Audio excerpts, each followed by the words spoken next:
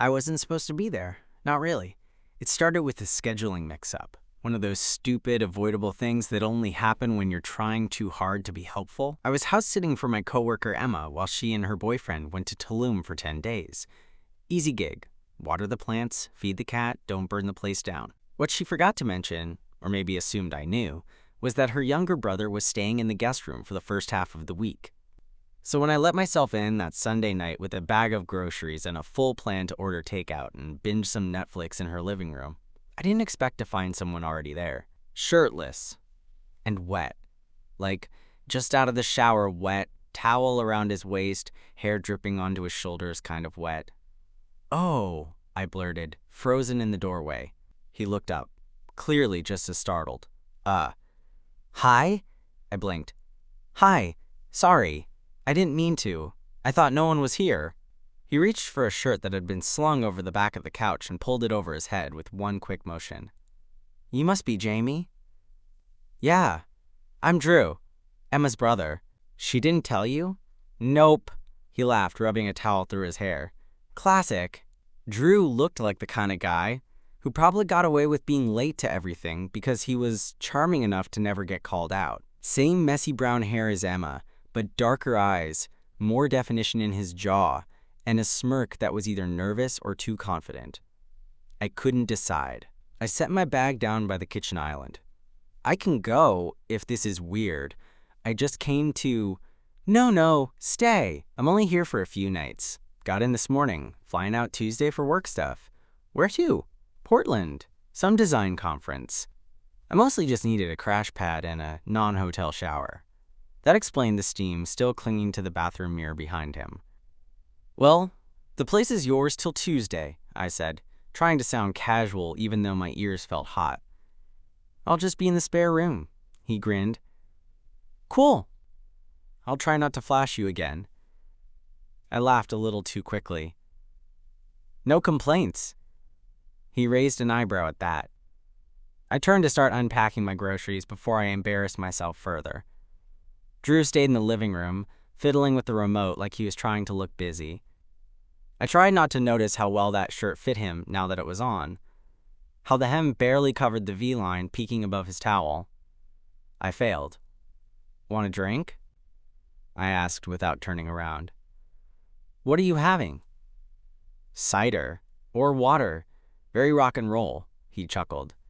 "Cider sounds good." We ended up sitting on opposite ends of the couch, sipping from mismatched glasses while a rerun of Chopped played in the background. He didn't seem in a rush to leave the room, and I didn't mind the company. Eventually, he glanced over. "So, you and Emma, you guys close?" "Close enough to babysit her cat while she's off living her best Instagram life." He laughed. "She owes you for this." "I'll remind her." There was a pause. Then he asked, "You always this chill with strangers walking around half naked in your borrowed space?" I shrugged. "Depends on the stranger." That got a smirk. "And this one?" I met his eyes for a second too long. No complaints. He nodded slowly, sipping his drink. The air felt heavier than it should have. Not tense, exactly. Just charged. After a while, he yawned and stood up. "I'm gonna crash early. Flight's stupid early Tuesday." "All right." He hesitated near the hallway, then turned back. "Hey, if you want, we could hang tomorrow. Grab a coffee or something. You seem cool." "Sure," I said, trying to keep my voice steady. "Yeah, that'd be nice." "Cool," he said again, then disappeared into the guest room. I sat there for a long time, staring at the paused TV screen, glass still half full. I was just supposed to watch the cat. But now all I could think about was how easily Drew's towel had almost fallen when he reached for his shirt. I didn't sleep great, not because of the cat, who, by the way, took one look at me, made a judgment call, and promptly ignored me for the rest of the night, but because I couldn't stop thinking about Drew. It's not every day a guy who looks like he just stepped out of a casual fitness campaign walks out of a steamy bathroom wearing a towel and a smirk. And it's definitely not every day that same guy asks if you want to get coffee. So yeah, I may have overthought it. By the time I woke up, it was already past 9. The apartment was quiet. I padded out to the kitchen, half expecting Drew to be gone already. But there he was, sitting at the kitchen island, scrolling on his phone, a mug of coffee in front of him. He was wearing joggers and a t-shirt this time. Less dangerous, but only slightly. "Morning," he said, not looking up. "Morning?" I rubbed the sleep out of my eyes and opened the fridge. "You make enough for 2?" He slid the second mug across the counter. "Already poured." I took it, careful not to meet his eyes. "Thanks." There was a pause, and then he said, "You're not really a morning person, huh?" I made a non-committal sound and took a sip. He grinned. "You snore, by the way." "Excuse me?" Through the wall, soft but persistent. "I do not." "You do," he said, dead serious, like a baby bear. I gave him a flat look over my mug. "You're making that up." "I'm not," he said, chuckling. "It's kinda cute, though." And there it was. That smirk again. We ended up walking to this little cafe down the block, one of those places with mismatched furniture and overcomplicated menu boards. Drew ordered a black coffee like some kind of purist. I went for the iced vanilla latte because I have no shame. We took our drinks to a small table outside. It was one of those early spring days that couldn't decide if it wanted to be warm or chilly, so the sun was out, but the wind kept reminding you it wasn't fully committed yet. "So," Drew said, stretching his legs out, "tell me about you. Besides cat-sitting and mild caffeine addiction." I laughed. "Not much to tell. Freelance graphic design. Mostly branding, some web. I work from home, which means I forget to shower a lot more than I should." "Sexy. And you? Emma said you were in product design?" "Yeah. UX. Mostly boring, unless you're into wireframes and prototyping software." "Sounds thrilling." "Oh, it's not. But the travel's cool. I get to see a lot of places for free." I nodded. "And crash in your sister's apartment while she's away." He smirked. Exactly. There was a lull in the conversation. Not awkward, just slow. I watched him sip his coffee, eyes half closed against the sunlight. "You've got a good thing going here," he said after a while. "Chicago suits you. You've only seen the inside of Emma's apartment and this cafe. Still," he said, "you seem like you belong." I wasn't sure what to say to that, so I just sipped my drink. Then he said something that caught me off guard. "You ever date guys?" It wasn't accusatory, just curious. Calm. I looked at him carefully. "Yeah. You?" He paused, then nodded. "Here and there." "Here and there?" He shrugged. "I've had a few flings. One actual boyfriend. Mostly I just don't talk about it unless someone asks." "Emma doesn't know?" "She suspects," he said. "We're not that close. I think she'd be cool about it, but I've never brought a guy around." Something shifted in the air between us. He leaned back in his chair, eyes still on me. "You seemed pretty chill last night. When I was, barely dressed." I laughed. "I was trying to be." "You didn't look away." "You didn't give me much reason to." That got a grin. "Fair." There was a silence. And then, so casual I almost missed it, he said, "I meant what I said last night. You seem cool." "Thanks." He tilted his head. "And kind of hot." That hit me square in the chest. I blinked. "Kind of?" He laughed. "Okay, hot. Fine. There, you happy?" I couldn't help but smile. A little.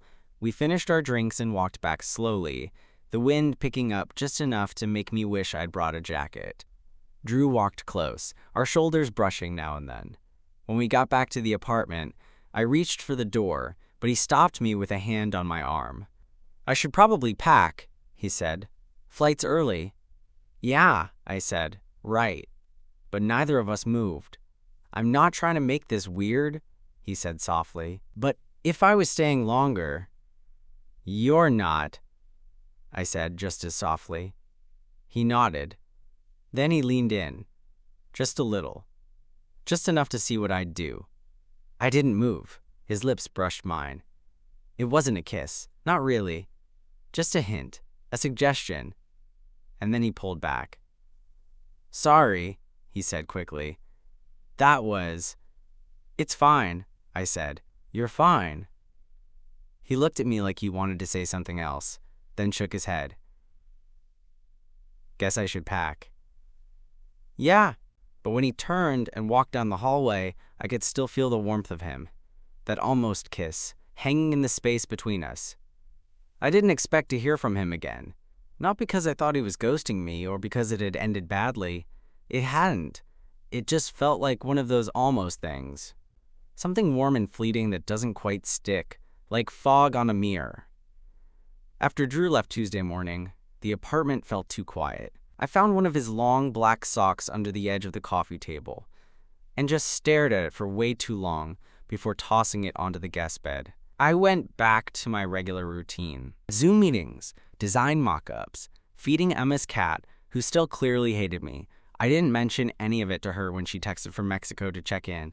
She didn't ask about Drew. I didn't offer. But then Wednesday night, I got a text. "Drew, hey, weird question. Did I leave my charger?" I looked over at the power outlet near the couch. Sure enough, a braided black USB-C cable was still plugged in, coiled loosely like it had been waiting for someone to notice. Me. "Yep. You want me to ship it?" Drew. "Would it be totally dumb if I came by tomorrow to grab it in person?" Me. "That depends. Are you using the charger as an excuse?" There was a long pause. Then, Drew. "Maybe." I stared at the screen for a second before replying. Me. "Come by after 5. I'll be here." Thursday was the slowest day of my life. I tried to focus on work, but my attention span was trash. Every time I heard a car door outside, I glanced at the window like I was living in a bad rom-com. At 5:17, the doorbell rang. I opened it to find Drew standing there in a denim jacket, slightly windblown, holding a six-pack like he was showing up for a party that hadn't been officially invited. "You found it," I said, holding up the charger. He grinned. I was hoping for a reward. I stepped aside to let him in. "Your standards are low." He followed me inside, glancing around like he was checking to see if anything had changed. The truth? I'd vacuumed, lit a candle, made it look like I wasn't trying too hard. "So," I said, handing him the charger, "now that the Great Cable Rescue mission is complete." He shrugged. "I figured maybe we could hang for a bit, if that's cool." "It's cool." We cracked open the beers, sat on the couch, put on something mindless, some cooking competition neither of us really watched. It felt weirdly familiar, like he hadn't been gone at all. After a while, he leaned back and sighed. Portland was fine. Conference was boring. I mostly just kept thinking about that almost kiss. I looked over. "Almost?" He smirked. "Okay. That brush with intent. Sounds like a crime." It kinda was. I laughed, but then went quiet. Because, yeah, I'd been thinking about it too. He turned toward me. "Can I try again? This time without the mystery flight and sister's apartment and me being a coward?" My heart thumped once, loud and clear. "Yeah," I said. "Try again." He didn't rush. He moved closer, one hand sliding lightly over my knee like he was testing the water first. His face came in slow, his eyes on mine until the last second. When he kissed me, it wasn't tentative. It was soft but sure. Real. The kind of kiss that makes you forget where your hands are, what your name is, whether or not the TV is still playing in the background. His lips moved against mine like he already knew the rhythm, like maybe he'd been playing it out in his head since he left. When we pulled apart, his hand was still on my leg. Mine had somehow made its way to his chest, fingertips brushing the soft cotton of his shirt. "Okay," he said quietly. "That was better," I smiled. Yeah, we didn't say anything for a while after that. He didn't move away. Eventually, I reached for the remote and muted the TV. "Stay for dinner?" I asked. He looked at me like it wasn't a question. "Yeah," he said. "I'd like that." Dinner was pasta. Nothing fancy. Jar sauce, some oversalted garlic bread. But it felt like a meal, like something shared. Drew helped. Chopped basil with an absurd level of focus, like it mattered. He leaned against the counter while I stirred the sauce, occasionally sneaking a spoonful when he thought I wasn't looking. "Your cooking game's not bad," he said, licking tomato off his thumb. "Don't let that compliment go to my head." He grinned. Too late. We ate at the kitchen island, knees brushing under the counter, beers abandoned in favor of water and cheap wine. He asked about my work again, but this time it felt different, like he wasn't just being polite, like he wanted to know me in a way that stuck. After we finished, I offered him the couch. "You staying?" I asked, a little too casual. He tilted his head. "Do you want me to?" The question landed heavier than I expected. "Yeah," I said. "I do." "Okay then." We didn't sleep together. Not that night. We brushed teeth side by side in the bathroom, laughing when he got toothpaste on his shirt. I gave him a fresh towel, even though he didn't shower. And when we finally made our way into the bedroom, it was quiet, gentle. He slipped under the covers like he belonged there. We lay on our sides, not touching at first, just breathing in the same space. "You always sleep on the right?" he asked. "Yeah." "Habit." He rolled closer, not enough to crowd me, just enough to share a little warmth. "Cool, I'm a left-sider." Convenient. We didn't speak again for a while, and then, just before sleep tugged at the edges of my brain, I felt his fingers brush against my wrist. Light. Testing. I turned toward him in the dark.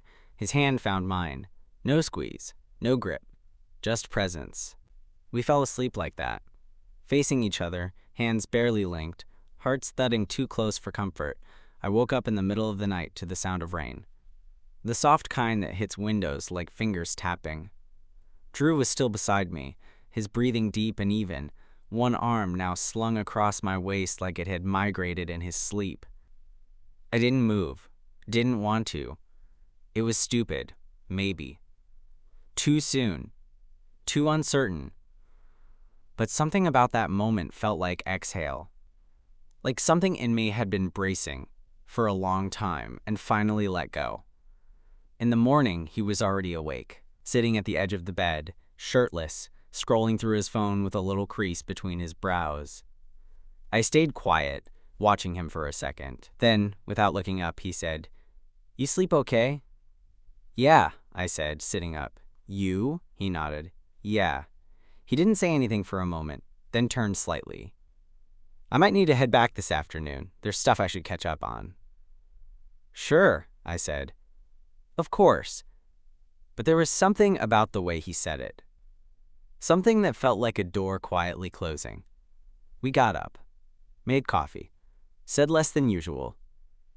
Not cold, just quieter. When he left, he hugged me. Not a goodbye hug, but not exactly a promise either. Just something warm. Lingering. "I'll text you later," he said, pulling back. I nodded. "Okay." Then he was gone, and I stood at the window like an idiot, watching the sidewalk long after he turned the corner. He didn't text that night, or the next day. I told myself not to care. Told myself maybe he got busy, maybe it didn't mean anything. People are allowed to disappear for 48 hours, especially when they never said they'd stay. But the truth was, it did mean something. To me, anyway. I kept replaying everything. The kiss, the sleep, his hand on my waist, the way his voice softened in the morning. None of it felt casual. None of it felt like something you forget once you step outside. By Sunday night, I caved. Me, "Hey, hope your week's been okay." I left it there. No pressure. No question mark. Just an opening. An hour passed. Then 2. Just when I was about to give up and go to bed, my phone buzzed. "Drew." "Hey, sorry for the radio silence. I've been in my head." I stared at it for a second. Then he followed up. "Drew, that night with you, it was real. I didn't expect that. Drew, and it scared the shit out of me. I sat back on the couch, thumb hovering over the keyboard. Me, yeah, I get it. Another buzz. Drew, I've never done that before. Woken up next to a guy and wanted to stay in bed. Drew, I didn't want to leave, but I didn't know how to stay. I didn't know what to say to that. Not because I didn't feel the same, but because I had. Me. You don't owe me anything, Drew, but I'd like to keep knowing you, however that looks. He replied fast this time. Drew, I want that too. We started texting again. Not constantly, not like high school crushes, but steady. Little things. A song he heard that made him think of me, a picture of his desk setup in the co-working space, a complaint about the cold brew tasting like motor oil. And then, 3 nights later, Drew. You free Friday? Me. I can be. Why? Drew. Thinking about taking the train in. Spend the weekend if that's cool. Me. You don't even have to ask. He showed up Friday night with an overnight bag and that same look in his eyes, like he was still figuring out the language for whatever this was, but he wanted to learn. We didn't rush into anything. We made dinner together again, this time slightly less overcooked. He stayed over again. This time, when we crawled into bed, there was no hesitation, no inches of space between us. He kissed me like it was a continuation, not a restart. His fingers slipped under my shirt slowly, tracing the skin along my ribs like he'd missed it. My hands were in his hair, on his back, everywhere. Still slow, still quiet, but there was more heat now, more hunger. We didn't go all the way. Not yet, but we didn't stop ourselves from wanting. He slept with his face pressed to my neck, one arm tight around my waist, like he didn't trust the morning to leave us the same. The next day, we took a long walk through the neighborhood, stopped for pastries, talked about nothing important and everything that was. I haven't done this in years, he said, sipping his coffee on a park bench. Done what? This. Like, actually shared a Saturday with someone. It's weird. Weird good, he nodded. Weird like it feels too easy. I looked at him. That's not a bad thing, you know. He smiled at his cup. I'm starting to believe that.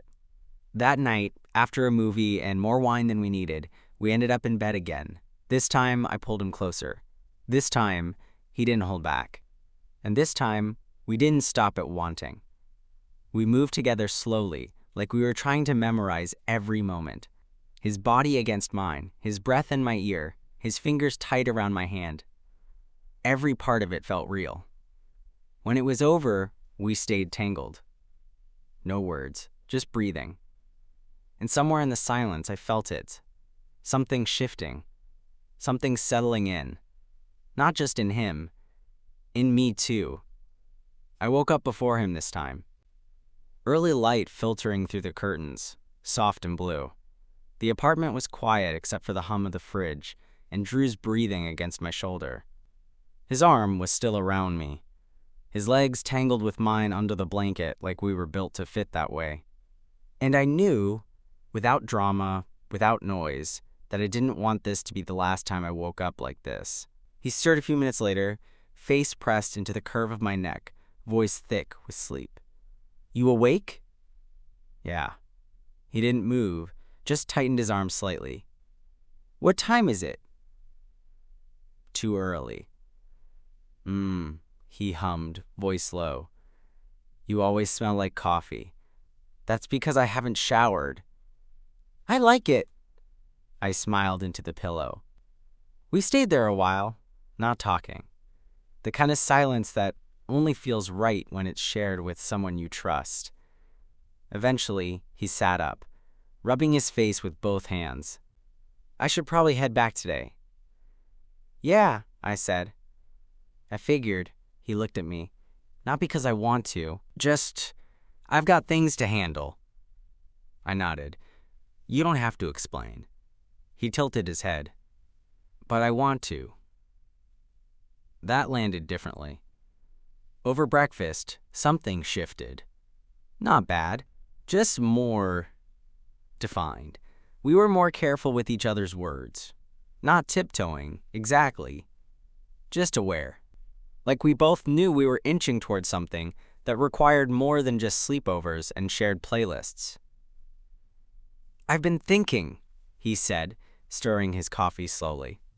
Dangerous, I said, trying to keep it light. But he didn't smile. Not this time. I don't really know how to do this. The relationship thing. At least not with guys. You think I do? He looked up. You make it look easy.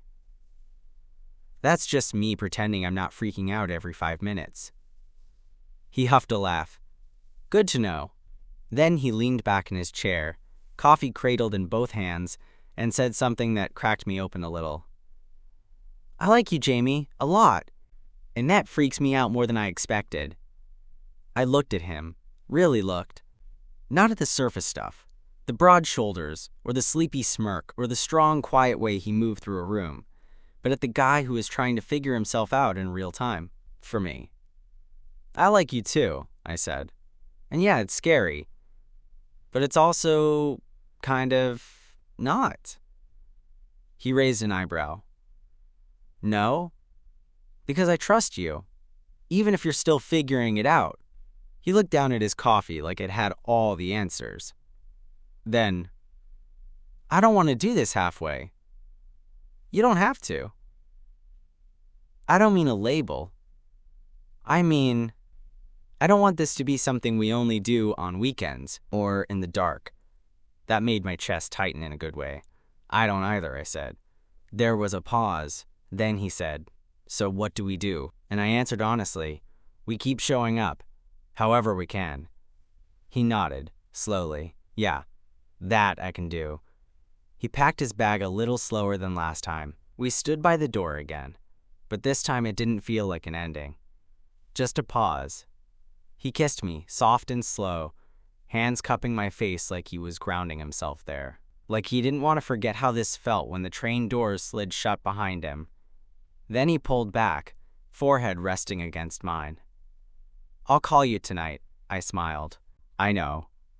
That night he did, and the next night too.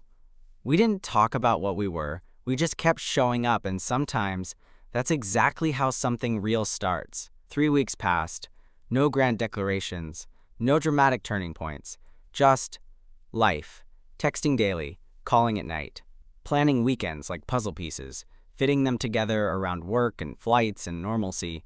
Drew started staying over more. First, once a week, then twice. Then he left a toothbrush in my bathroom without saying anything. I didn't ask, I just made space for it in the cup by the sink. We weren't boyfriends, we hadn't labeled anything. But it was clear in the way he'd rest his head on my chest without needing to ask, in the way his name started showing up in my day-to-day like punctuation, and in the way I found myself waiting for him, not in a needy way, just with the quiet certainty that he'd show up again. One night we were walking back from a movie. It was late and the air had that early summer weight to it, warm but not stifling, the kind of night where everything feels a little too quiet, a little too honest. He reached for my hand without looking, lacing his fingers with mine like it had always been that way. When we reached the apartment, he stopped just outside the door. I should head back tonight, he said. I tried not to let the disappointment show. Okay. But then he looked at me, his face unreadable in the porch light. Unless you want me to stay. I blinked. You don't have to ask. I know, he said, but I want to. I nodded. Stay. That night, we didn't sleep right away. We lay in bed, facing each other, the fan spinning quietly above us. He looked different in the dark, softer, stripped down in every sense of the word, like the armor he sometimes wore around his shoulders had finally slipped off for good. I keep thinking about that first night, he said, voice low. When you surprised me in the living room? He smiled. Yeah, you looked like you'd seen a ghost. You were a ghost. I didn't even know you existed until that towel almost fell.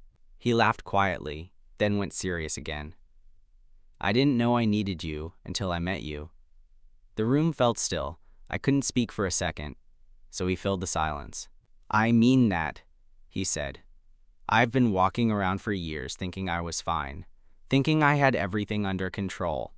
But then I met someone who didn't just make me feel something, he made me want more." I stared at him, felt something heavy in my chest shift and click into place. "You want more?" I asked quietly. He nodded. "Yeah, me too." I leaned forward, kissed him slow, not urgent, just full. Then I pulled back and said it. "I love you." He blinked, stunned for half a beat, then whispered, "Say it again." "I love you." He swallowed hard. "God, I was hoping you'd say that first." "Why?" "Because I've been carrying it around for days. Weeks, maybe. I just didn't know how to say it without messing everything up." "You didn't mess anything up." He touched my face like he was still trying to convince himself I was real. "I love you too," he said finally. And just like that, the quiet between us became something else entirely. Not scary, not tentative, just full. The next morning, he opened the closet and hung up a shirt he brought from his bag. "I figured if I'm going to keep staying here," he said, not looking at me, "I should probably stop living out of a backpack." I watched him for a second. "You're moving in?" He shrugged. "Not officially. Just more than not." I walked up behind him, wrapped my arms around his waist. "More than not works for me." He turned, kissed me once, and rested his forehead against mine. "I'm here," he said quietly. And he was, still,